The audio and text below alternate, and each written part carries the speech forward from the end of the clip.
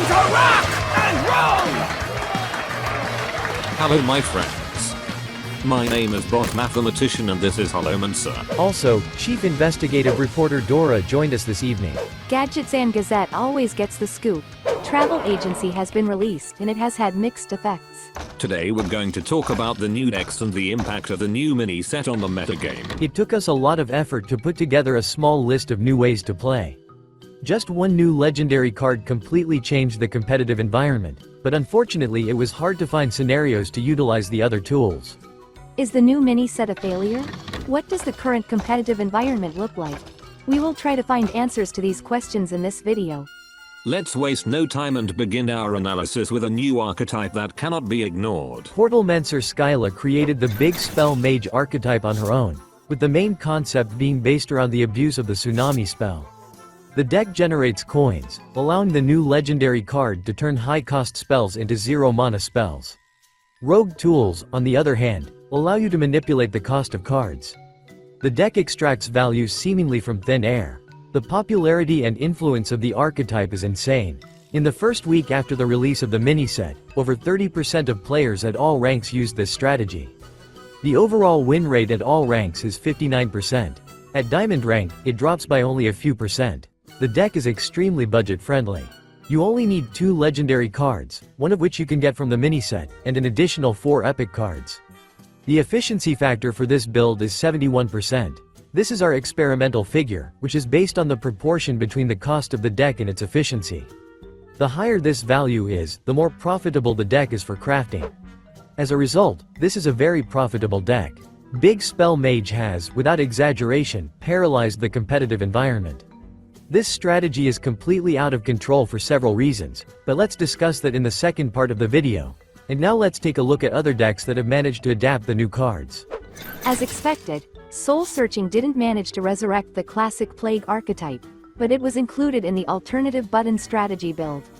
This is a very niche deck whose only advantages are positive win rate at high ranks and the use of new cards. In addition to the new spell, this build uses Dream Planner Zephyrus. The efficiency factor of this deck is only 9%, as the deck is unnecessarily expensive. If you don't have key cards, there's no point in building it.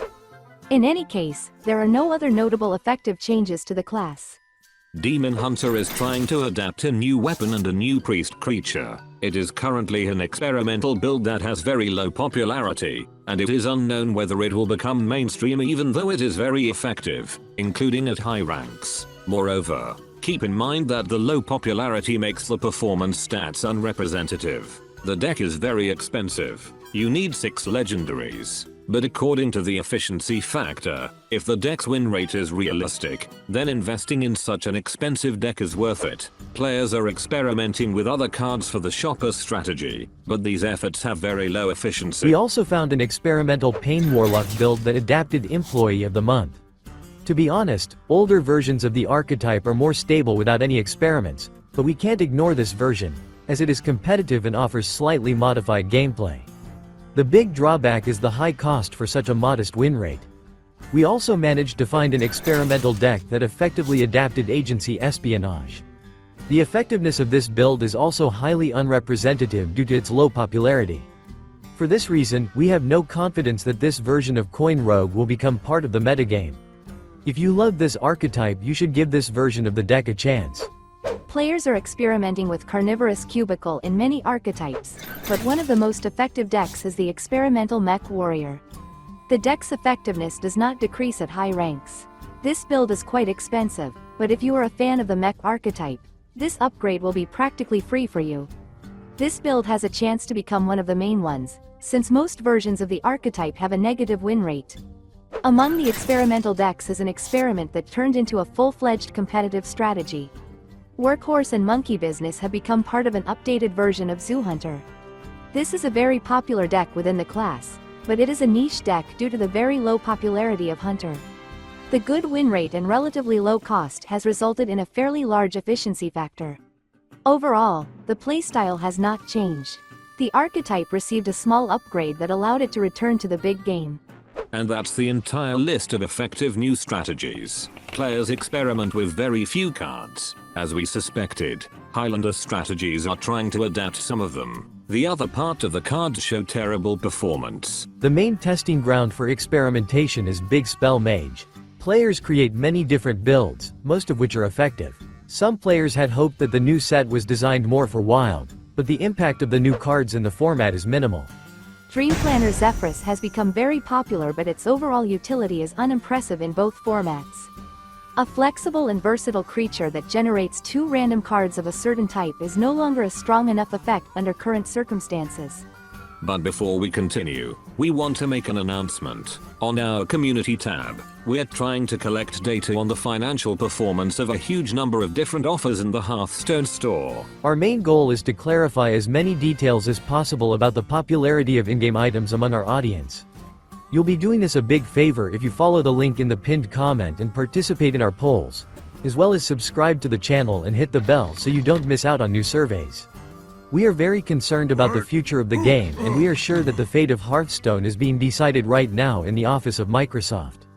While management continues to implement extremely troubling monetization techniques, we are seeing some very positive trends forming, but we need more data to draw conclusions. Without your engagement, our efforts will be in vain. Thank you so much to everyone who has already participated. Let's get back to the discussion about the mini set. In terms of impact on the metagame, Travel Agency brought great changes, but they are definitely not healthy. The set is almost useless. Players are experimenting with some tools, but at the moment we got a competitive upgrade of Zoo Hunter and an unbalanced Big Spell Mage. Let's be honest, mini sets rarely have a big impact on the metagame after release. More often than not, some cards will be useful in the long run, but when changes do occur, they are usually negative. For this reason, we don't like the concept of mini expansions. Due to the nature of creating new content, it is extremely difficult to minimize negative impacts. Despite this, we have the feeling that Travel Agency is the worst mini set in history. If you ignore the abnormal negative impact of Big Spell Mage, the new set has almost no other impact on the competitive scene. Big Spell Mage is broken, but it is the only completely new way to play, and this is why it is so popular and liked by some players. The Mage has finally come out of the shadows, and many players have been waiting for this moment. We received some criticism from viewers in our mini set review. We thought Travel Agency would be a boring and weird set. Hearthstone has changed a lot in recent years. Standard has become different, more frantic, more unpredictable, faster and more explosive. It's a completely different experience. I can't say Standard has become terrible, it hasn't, but it has become very different from what we've seen before. Some viewers have suggested that the weak cards in the mini set are an attempt by the dev team to combat power creep. But we're not sure that the dev team sees a problem, since the current Standard, despite its flaws, is diverse and dynamic, and a large part of the audience undoubtedly likes that. Besides that, no one from the Hearthstone team has announced plans to fight with power creep. We think some players don't quite understand what's happening with the game right now. Let's be honest, even we don't quite understand what's going on.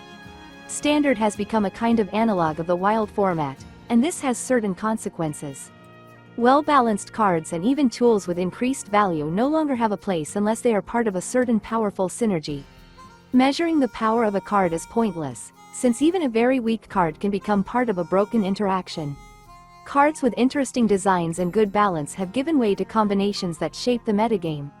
The current situation makes me think that at least some cards do not work as the development team originally intended. Let's just look at one example.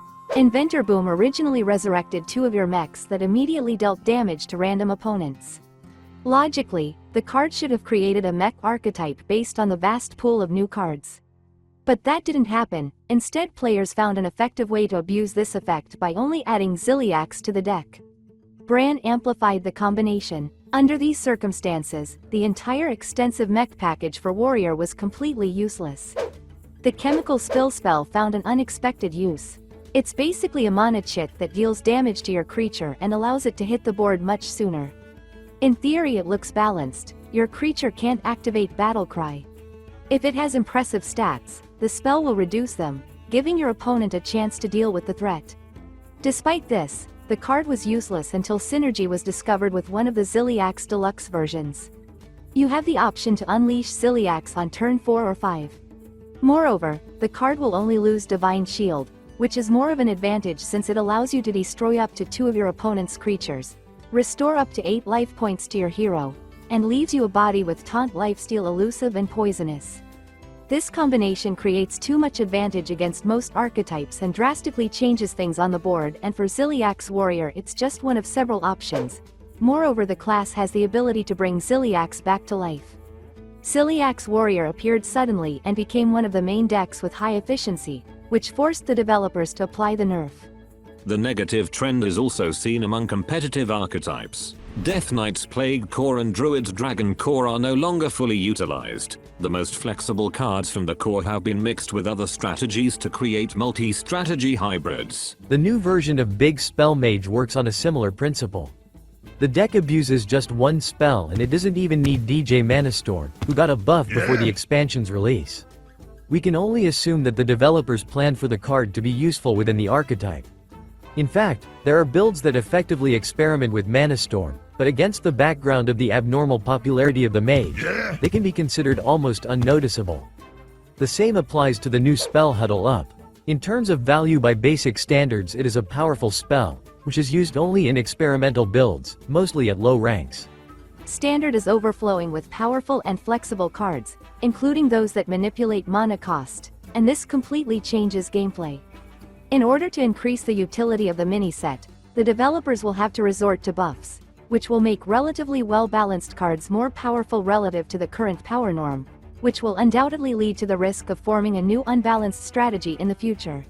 At the same time, I can't say that the current state of affairs is a disaster, of course with the exception of the situation with Big Spell Mage. The matches are very unpredictable. Every turn your opponent challenges you, and the main question is whether you have a counter tool in your hand, or whether you can find it with some flexible tools. If you don't, you are likely to lose. The combinations are just crazy and the opponents are very diverse. This creates a lot of tense moments and makes players look for salvation in any possible ways.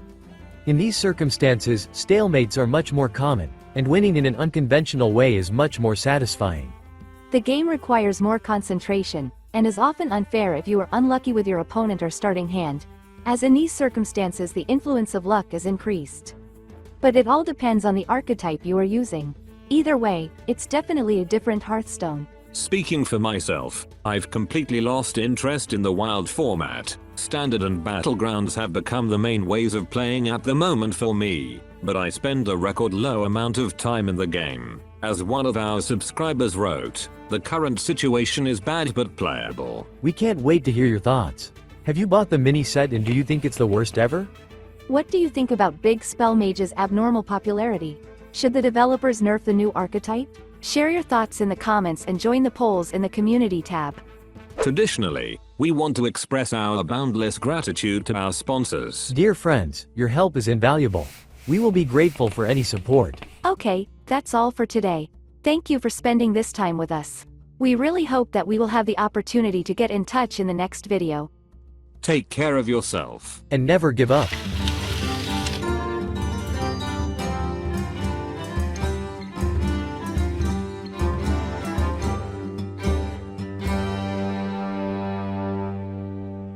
Job's done.